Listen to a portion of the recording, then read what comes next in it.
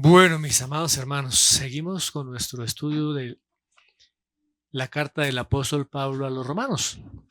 Y hoy llegamos al capítulo número, Romanos capítulo 6. Vamos a leer los primeros 10 versículos, aunque hoy creo que alcanzamos a compartir solamente el versículo 1, tal vez el 2. Dice así la palabra del Señor. ¿Qué pues diremos? ¿Perseveraremos en el pecado para que la gracia abunde? En ninguna manera, porque los que hemos muerto al pecado, ¿cómo viviremos aún en él? ¿O no sabéis que todos los que hemos sido bautizados en Cristo Jesús hemos sido bautizados en su muerte? Porque somos sepultados juntamente con él para muerte por el bautismo, a fin de que como Cristo resucitó de los muertos por la gloria del Padre, así también nosotros andemos en vida nueva. Porque si fuimos plantados juntamente con él en la semejanza de su muerte, así también lo seremos en la de su resurrección, sabiendo esto, que nuestro viejo hombre fue crucificado juntamente con él, para que el cuerpo del pecado sea destruido, a fin de que no sirvamos más al pecado. Porque el que ha muerto ha sido justificado del pecado. Y si morimos con Cristo, creemos que también viviremos con él, sabiendo que Cristo, habiendo resucitado de los muertos, ya no muere. La muerte no se enseñorea más de él, porque en cuanto murió, al pecado murió una vez por todas, mas en cuanto vive, para Dios vive. Señor, te damos gracias por tu preciosa y poderosa palabra. Que nuestros corazones estén abiertos y dispuestos como ese terreno preparado y listo para que la semilla sea sembrada y produzca abundante fruto. Te pedimos que cada uno de nuestros corazones sea preparado de esa manera por tu precioso Espíritu Santo y que tu palabra dé abundante fruto en cada una de nuestras vidas. Gracias, Padre, en el nombre precioso del Señor Jesucristo. Amén.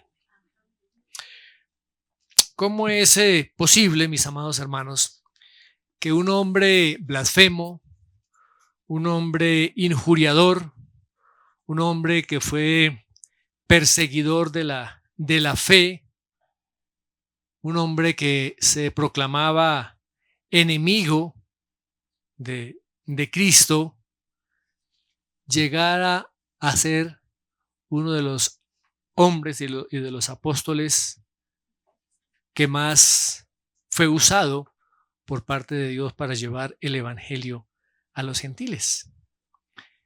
Y estoy hablando precisamente del apóstol Pablo. Y mire lo que le dice el apóstol Pablo a su discípulo Timoteo allá en su primera carta, en el capítulo 1, versos 12 y 13.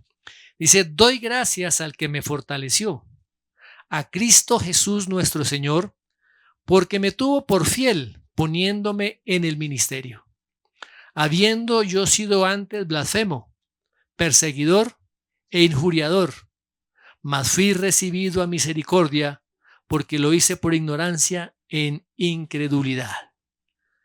Fue recibido, dice la palabra, a misericordia.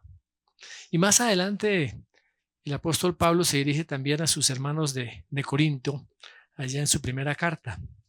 La primera carta dirigida a los corintios, en el capítulo 1.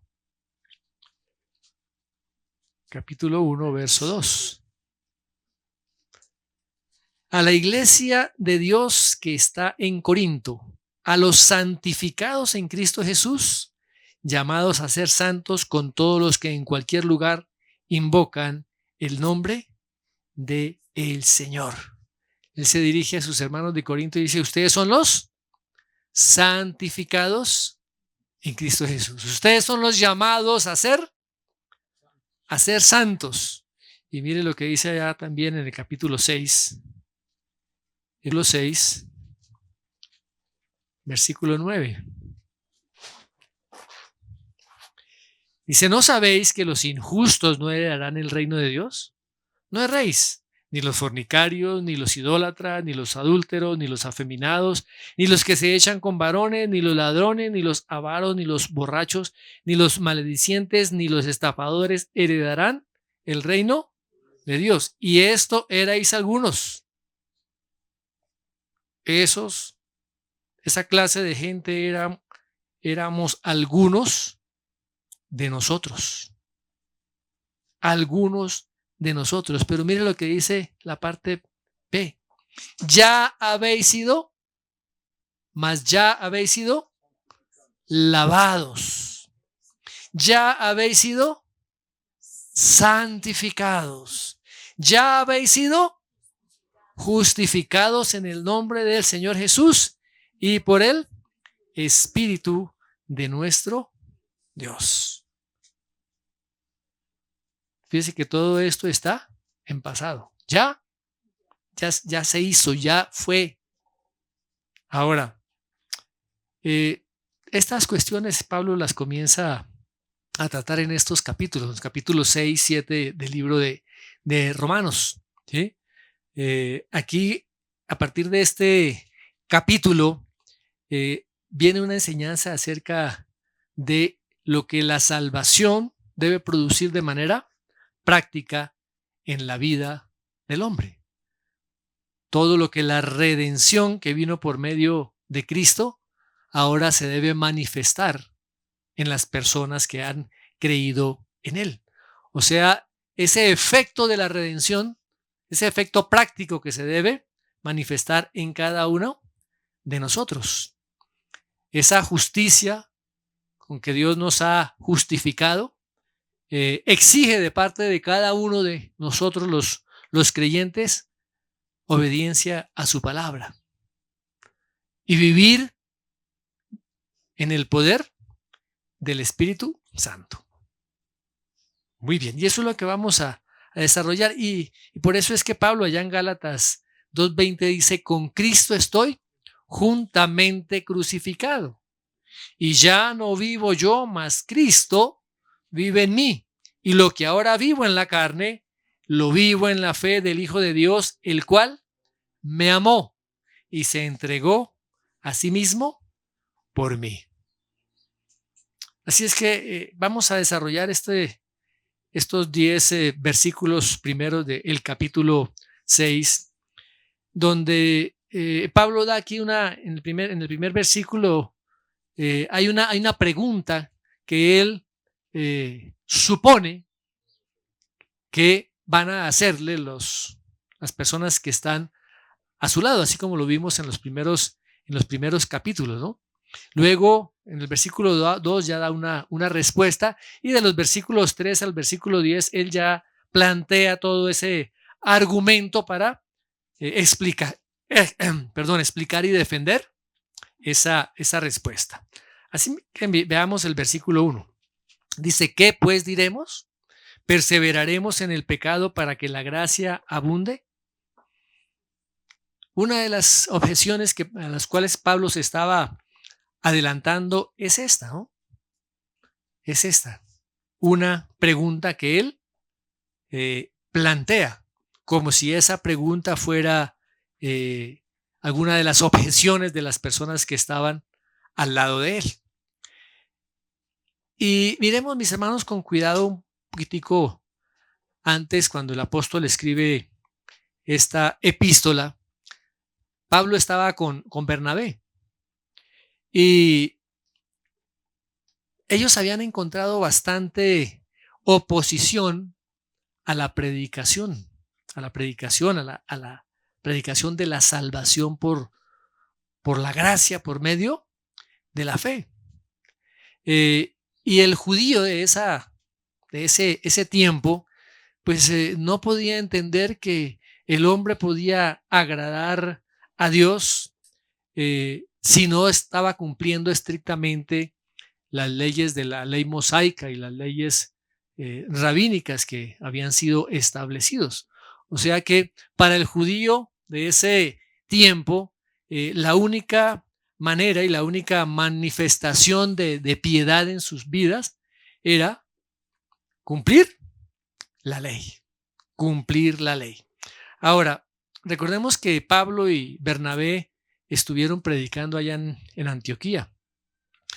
Y algunos de los judíos que decían tener fe en el Señor Jesucristo, judíos que habían venido de Judea, comenzaron a enseñar a los hermanos que tenían que circuncidarse conforme al rito de Moisés. Veámoslo allá en Hechos capítulo 15. Hechos capítulo 15, versículos 1 y 2.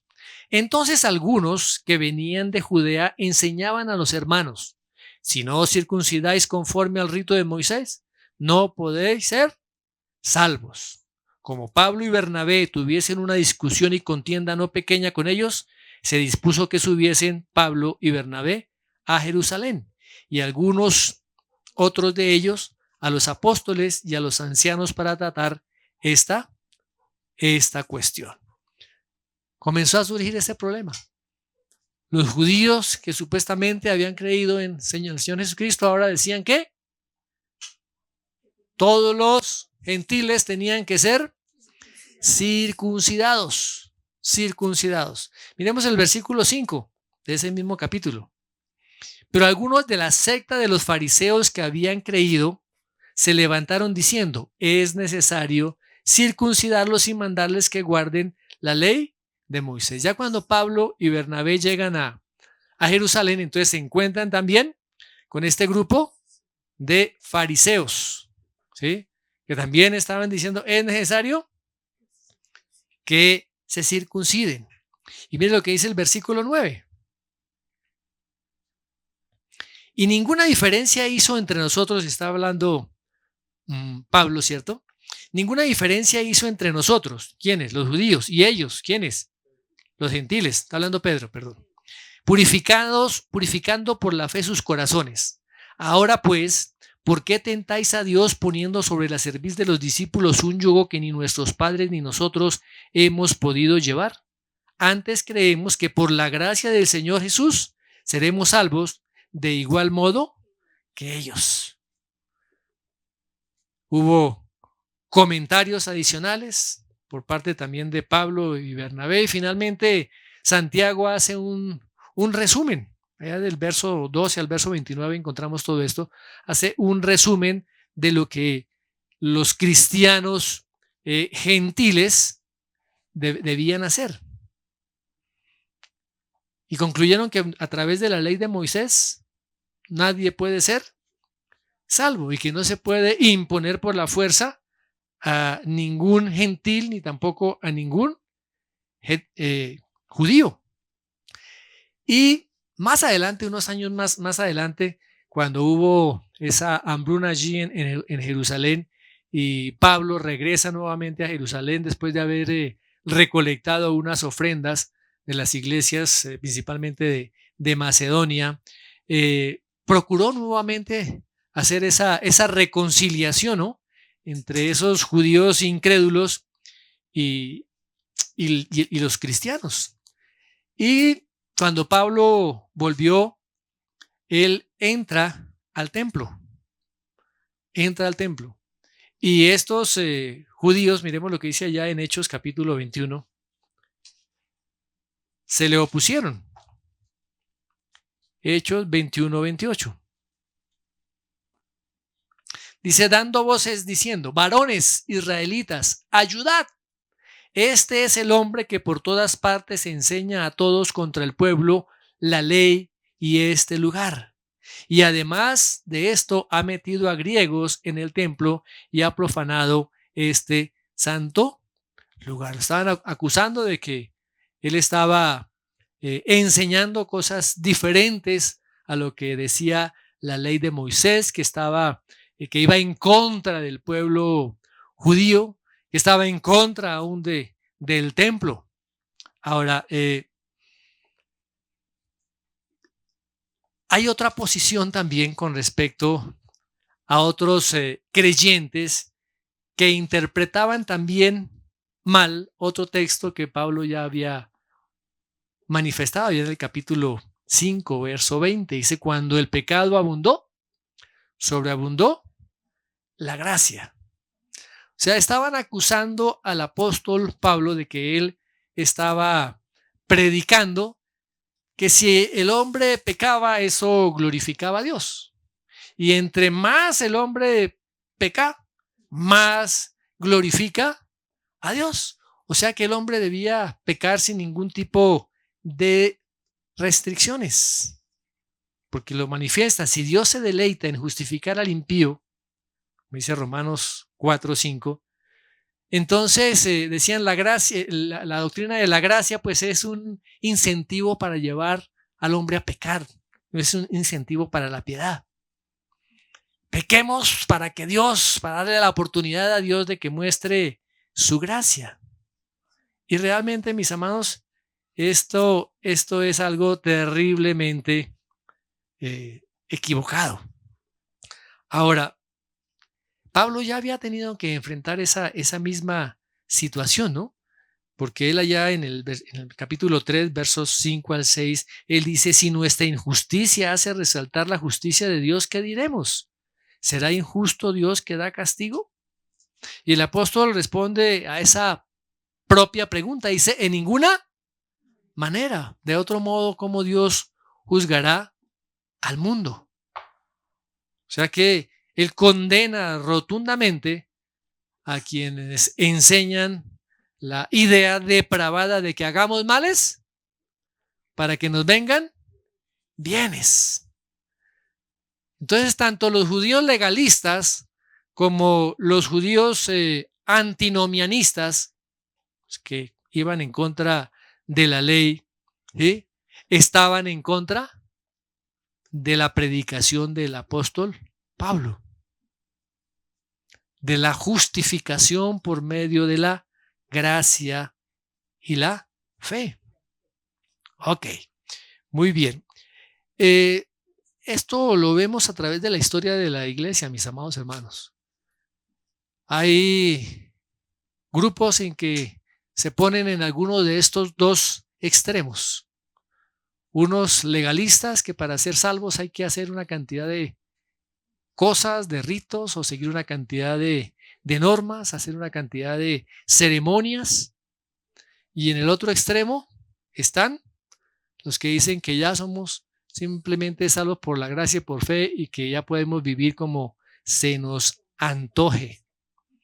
Y la iglesia siempre ha estado en ese peligro de llegar o de inclinarse hacia algunos de esos extremos. Desde el mismo siglo I, fíjense lo que dice el apóstol Judas allá en su carta en el versículo 4. Dice, porque algunos hombres han entrado encubiertamente, los que desde antes habían sido destinados para esta condenación, hombres impíos, que convierten en libertinaje la gracia de nuestro Dios y niegan a Dios el único soberano y a nuestro Señor Jesucristo. O sea que aquí Pablo está en contra del antinomianismo. ¿Qué es el antinomianismo? Lo hemos manifestado en varias ocasiones. Los que desprecian la ley.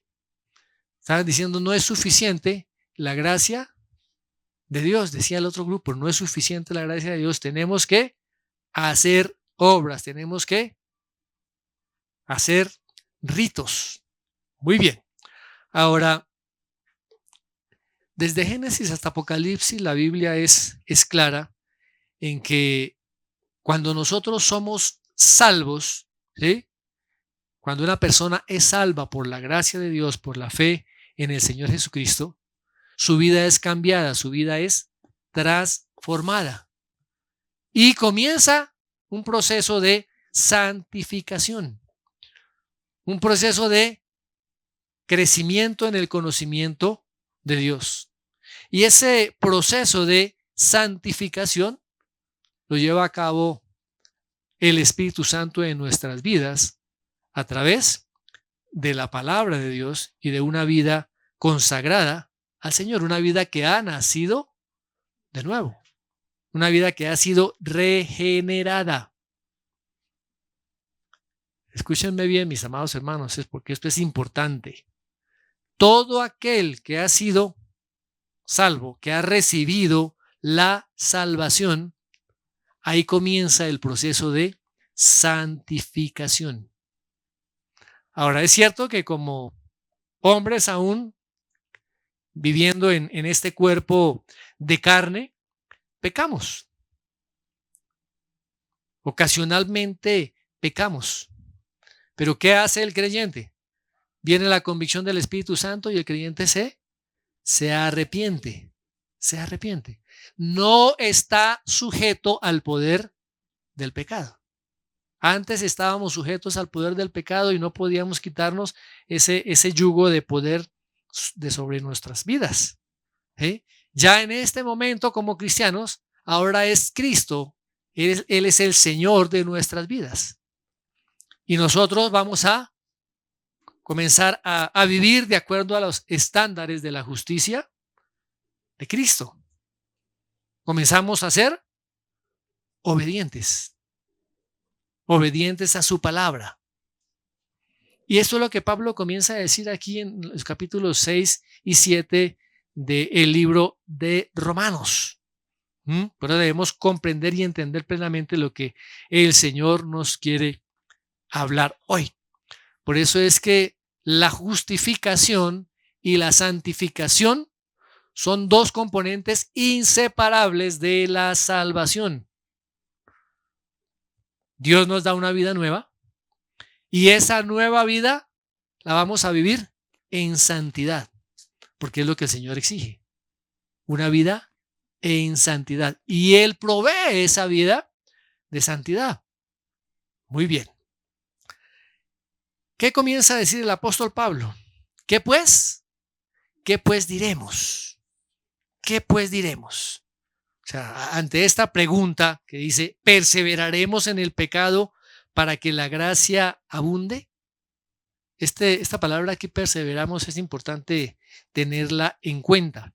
Aquí la idea de perseverancia es como cuando una persona se traslada de un lugar a otro para que en ese nuevo lugar hacerlo su lugar de residencia, su lugar de donde va a vivir, algo permanente. Por eso el apóstol está preguntando, ¿perseveraremos? ¿Haremos algo permanente el pecado en nuestras vidas? ¿Es algo permanente el pecado en nuestras vidas? Miremos lo que dice allá el apóstol Juan en el capítulo 8 de su evangelio. Juan capítulo 8, verso 7. Dice, y como insistieran en preguntarle, se enderezó y les dijo, el que de vosotros esté sin pecado, sea el primero en arrojar la piedra contra ella. Aquí los fariseos estaban queriendo inducir al Señor Jesucristo a que contradijera la ley. ¿Y qué hizo el Señor Jesucristo? Los enfrentó a su propia realidad, a su propia condición de pecado. Ellos vivían o perseveraban en ese pecado. Perseveraban en ese pecado. Ahora, no estamos hablando aquí en esta palabra de perseverar a las situaciones en las caídas ocasionales de un creyente. Somos débiles, aún somos imperfectos, sino que aquí el apóstol Pablo está hablando de esa decisión intencional, ¿no? Voluntaria, ese patrón de vida de pecado que hay en las personas que no conocen del Señor. O sea que antes de que seamos salvos, ¿cómo es el estilo de vida? Una vida que vive dominada por el pecado. Vidas dominadas por el pecado. Pero en el creyente, ¿quién habita en el creyente? El Espíritu Santo. Y si el Espíritu Santo está habitando en el creyente, no puede perseverar de manera habitual y continua en ese pecado. O sea, no se puede vivir en una misma relación, sometidos al pecado y sometidos a Cristo. Eso es incompatible. No podemos vivir como vivíamos antes de ser salvos. O sea que cuando somos nosotros justificados, comenzamos a ser santificados. O sea que una persona con una nueva vida no puede seguir viviendo como vivía en su vida anterior. Ahora, recordemos que en la cruz hay una transacción, ¿cierto? Una transacción. Entregamos nuestros pecados, nuestras iniquidades, todo lo que nosotros somos, nuestra maldición, y el Señor Jesucristo nos justifica. Es acreditada a nuestra vida la justicia de Dios. Y si somos justificados, ya no podemos vivir como hijos del diablo, porque ya hemos nacido como hijos de Dios. O somos hijos de Dios, o somos hijos del diablo. Miremos lo que dice el versículo 2, cómo Pablo responde. Dice, en ninguna manera, porque los que hemos muerto al pecado, ¿cómo viviremos aún en él? Aquí hay una afirmación enfática del apóstol Pablo. Esto no puede ser. Un rotundo y absoluto no. No. Y Pablo emplea este término muchas veces en sus cartas.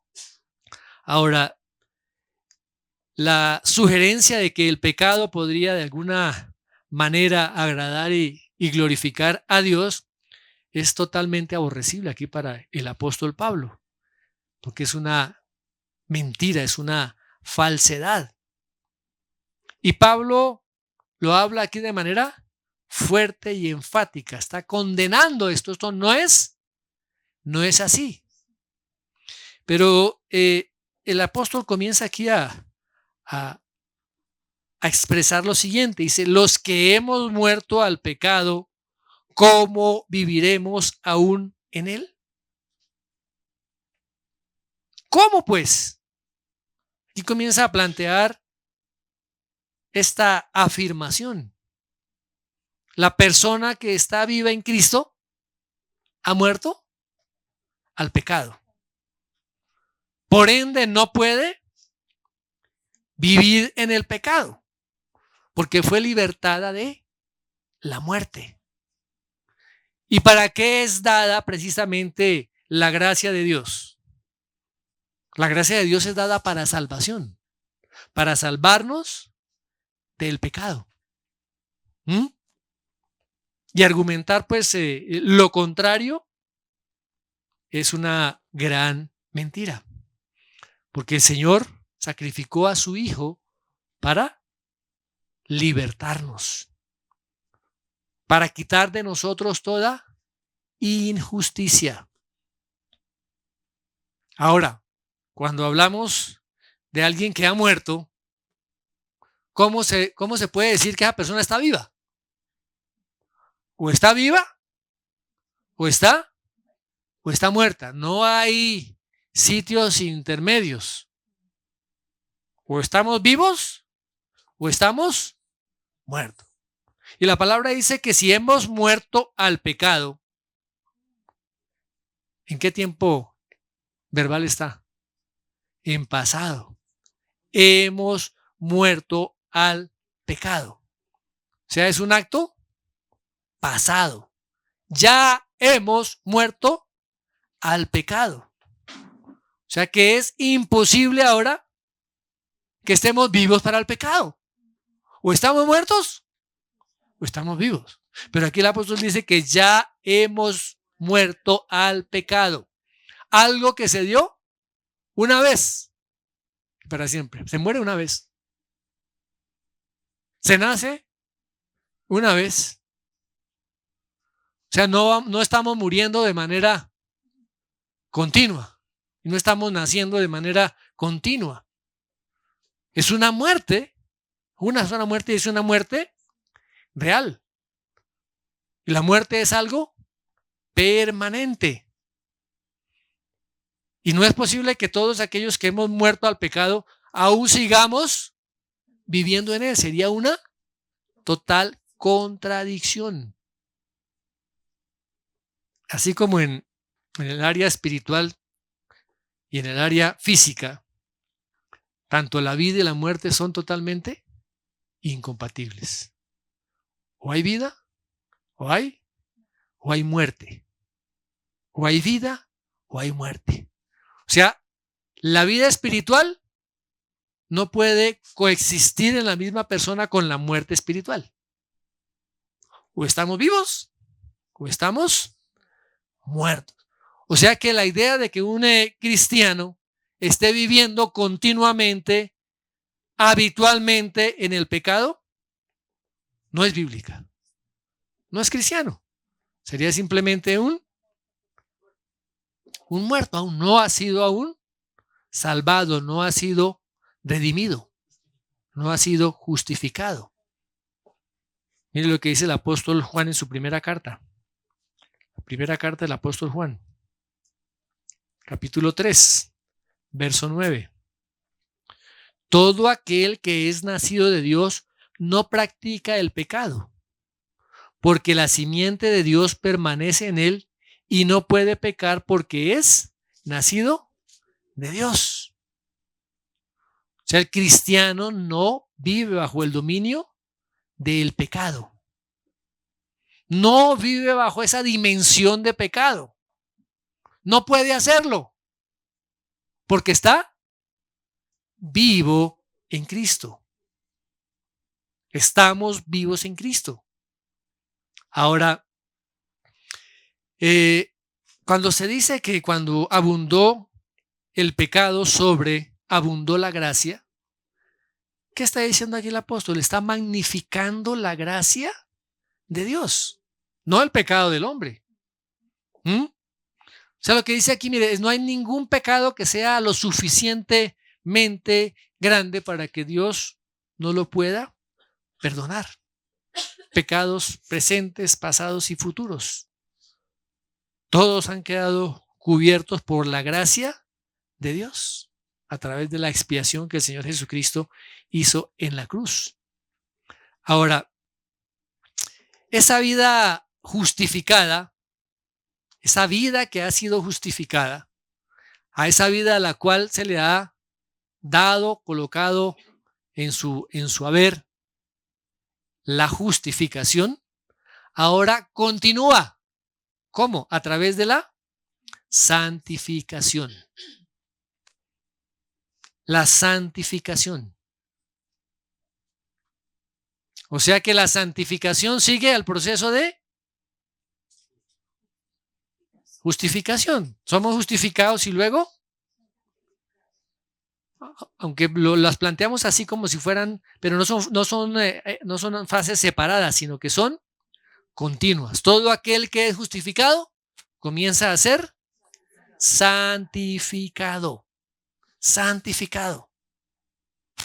Todo aquel que ha sido justificado ahora comienza a ser santificado. ¿Por qué? Porque la justicia de Cristo está en él. Así que la salvación no es simplemente una transacción legal. O sea, se hace esa transacción legal, sí, claro, porque tiene que ver con la ley. Pero ¿qué trae? ¿Cuál es el resultado de eso en la vida del creyente? Una vida transformada. Ojo, una vida transformada. ¿Qué dice a Filipenses 1:16? Habla de un proceso. Habla de un proceso que se da y culminará hasta el día en que el Señor Jesucristo vuelva. Pero no existe, mis amados hermanos, esa persona que supuestamente se convierte a Cristo y no sea santificada. No hay una división entre la justificación y la santificación. Lo que se debe separar totalmente es el viejo hombre del nuevo hombre. Una separación total. ¿Qué ha pasado con el viejo hombre? ¿Cómo se le llama a eso? ¿Queda convertido en qué? En un cadáver.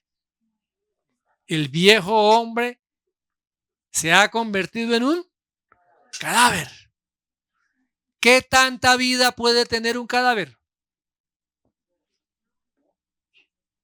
Absolutamente ninguno.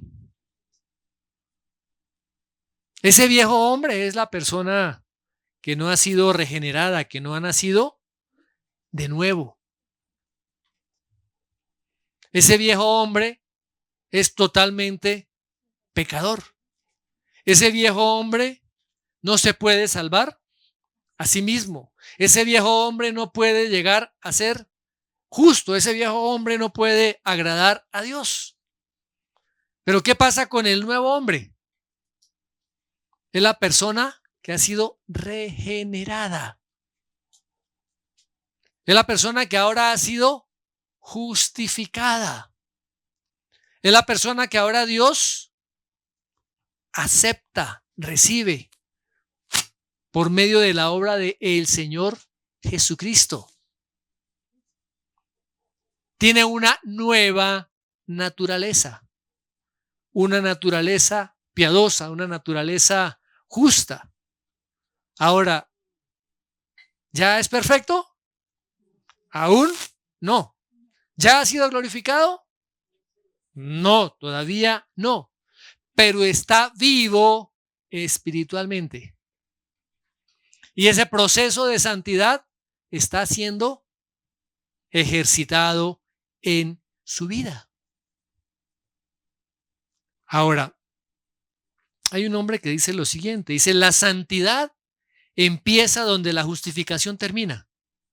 Y si la santidad no empieza, entonces tenemos derecho a sospechar que la justificación nunca empezó tampoco. No existe tal cosa como la justificación sin la santificación. Somos justificados y somos santificados. ¿Queda claro, mis amados hermanos? O sea que la persona que tiene la nueva vida, la vida en Cristo, ¿cómo comienza a vivir esa vida diaria? Como una vida también nueva, una vida piadosa, una vida que manifieste a Cristo en su propia vida. Porque ya Satanás no tiene poder sobre él, el imperio del pecado ya no está sobre su vida. Ahora, en un hombre pecador es imposible que se manifieste algo piadoso. De igual manera ocurre con el hombre regenerado. Es imposible que en el hombre regenerado se manifiesten cosas impías.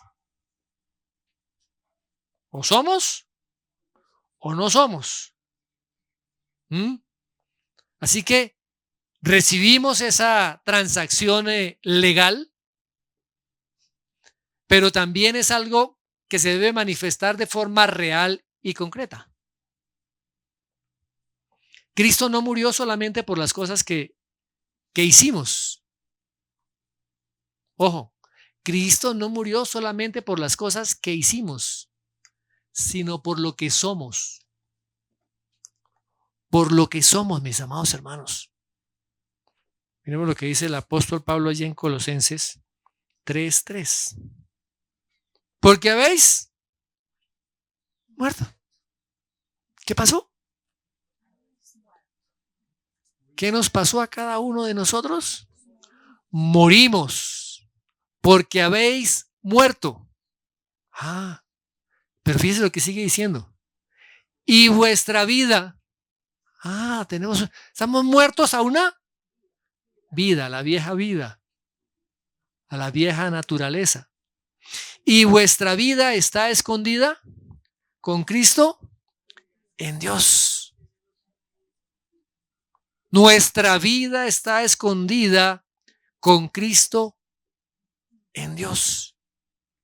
Y ahí se comienza a manifestar de manera real y concreta esa nueva vida. ¿Qué dice 2 Corintios 5:17? Que si alguno está en Cristo, es una nueva criatura, es una nueva creación. las cosas viejas pasaron y todas son hechas nuevas. Muy bien. Así que muerto al pecado. Este es el tema principal aquí de Pablo en este capítulo. Muerto al pecado. Y a partir del versículo 3, él comienza a explicar, comienza a detallar y comienza a dar toda la argumentación de esa verdad fundamental. ¿Cuál? Que es imposible estar vivos sin Cristo y también estar vivos para el pecado. O estamos vivos para Cristo y muertos al pecado, o estamos vivos para el pecado y muertos para Cristo. Cuando la vida de una persona es regenerada, cuando nace de nuevo, el poder que tenía el pecado sobre su vida es quitado, es libertado del poder del pecado y de la muerte. ¿Por qué? Por medio de la muerte del Señor Jesucristo. Y esto es lo que vamos a comenzar a desmenuzar la próxima vez, mis amados hermanos. Amén. Señor, te damos gracias por tu palabra. Gracias, Señor, porque hemos sido identificados en la muerte de nuestro Señor Jesucristo. Nuestro viejo hombre fue sepultado, fue clavado allí en la cruz y sepultado. Y gracias, Señor, porque hemos podido nacer. Tú eres quien nos has hecho nacer a una nueva vida, a una vida de plenitud, a una vida de libertad, a una vida, Señor, que honre y glorifique tu nombre. Gracias, amado Dios. Gracias por ese proceso, Señor, de santificación que has comenzado desde el momento en que hemos sido justificados. Gracias porque, Señor, ese proceso será permanente y continuo cada día en nuestras vidas, para que lleguemos, Señor, un día que la imagen de Cristo sea formada en nosotros, como dice tu palabra, hasta que Cristo sea formado en cada uno de nosotros. Y esa es la obra que hace tu Espíritu Santo en nuestras vidas por tu palabra. Gracias, Padre, en el nombre de Jesús. Amén.